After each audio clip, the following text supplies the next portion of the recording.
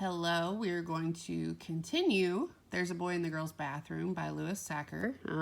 Things are really getting very interesting, or continuing to be interesting in this book. This book is published by Scholastic Incorporated, and we are on chapter 32. So we are getting towards the end of the book. Bradley paid close attention as Mrs. Ebel taught arithmetic. He nodded his head every time she said something that he already knew. Once he almost raised his hand to answer a question, but he lost his nerve. Somebody else gave the answer he would have given. I knew it, he thought as he nodded his head. He had spent recess in the library reading My Parents Didn't Steal an Elephant by Uriah C. Lasso. When he was leaving the library, Mrs. Wilcott stopped him and said, "You were reading, weren't you?" "Yes." "Good for you, Bradley, good for you." He smiled now as he remembered it. It's because of Carla's book, he thought. The book was his lucky charm. As long as he had it with him, it seemed like nothing could go wrong.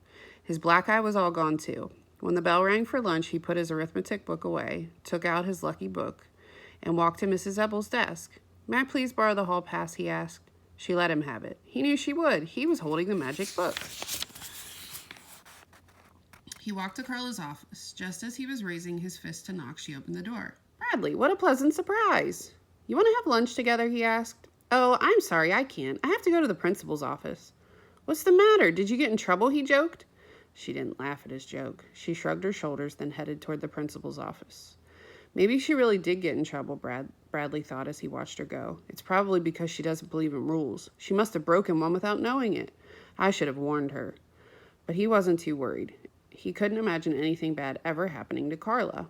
He walked through the auditorium and outside to the playground. He sat down on the steps outside the auditorium and ate his lunch. At least he had her book with him. That was almost as good as eating lunch with her. He didn't read while he ate. He was afraid he might accidentally spill food on the book, even if there were no such things as accidents. Colleen Varigold walked by. "Hello, Colleen," he called to her. She stopped and looked at him oddly, then walked away without returning his hello. Bradley didn't mind. He had said hello to Colleen because he knew Carla would appreciate it. He felt Carla was watching over him, and it didn't matter that Colleen didn't say hello back, because in his heart he heard Carla say, "Hello, Bradley. It's a pleasure to see you today." He finished eating, then opened the book. "Guess what they've done now? They wallpapered the garage. I told you they were crazy. Whoever heard of anybody putting wallpaper on the walls of a garage?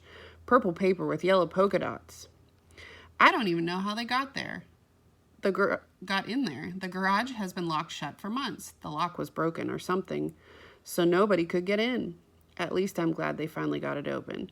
It was beginning to smell pretty bad. You could smell it from the driveway. Now it just smells like paste. I can't wait until my parents get home and put an end to all this craziness. Their trial is next week.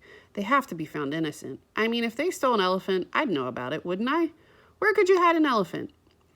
"Look, he's reading," said Robbie. "I didn't know he knew how to read," laughed Curtis. Bradley looked up. He was surrounded by Jeff and his gang.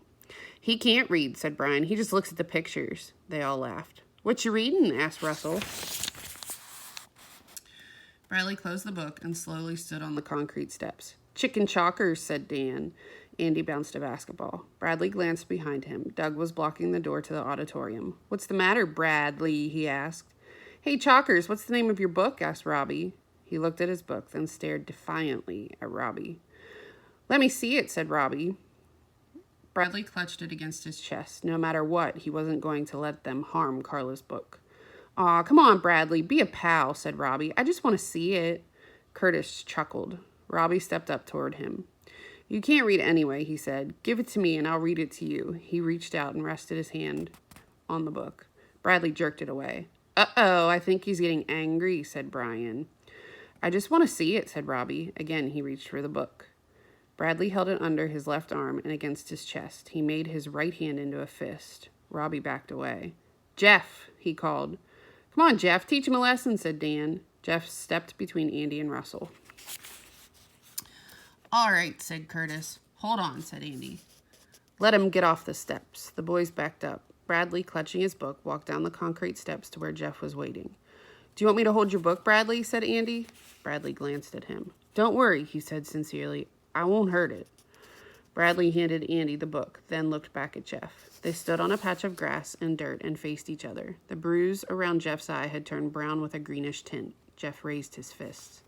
The other boys formed a circle around them. Come on, get him, Jeff, urged Brian. Give him another black eye, said Russell. Bradley readied himself. He raised his fists in the air, then lowered them. He had an idea. Hello, Jeff, he said. Robbie snickered. Jeff stared at him wide-eyed. Hello, Bradley, he replied. Bradley smiled. He held out his hand. Jeff smiled, too. It was the first honest smile in a long time. He shook his best friend's hand. The other boys were dumbfounded. No one said a word. Andy finally broke the ice. Do you like to play basketball, Bradley? He asked. Bradley looked at him bewildered. I'm not very good, he said. So, none of us are, said Jeff, patting him on the back. Now we'll have even teams, said Robbie.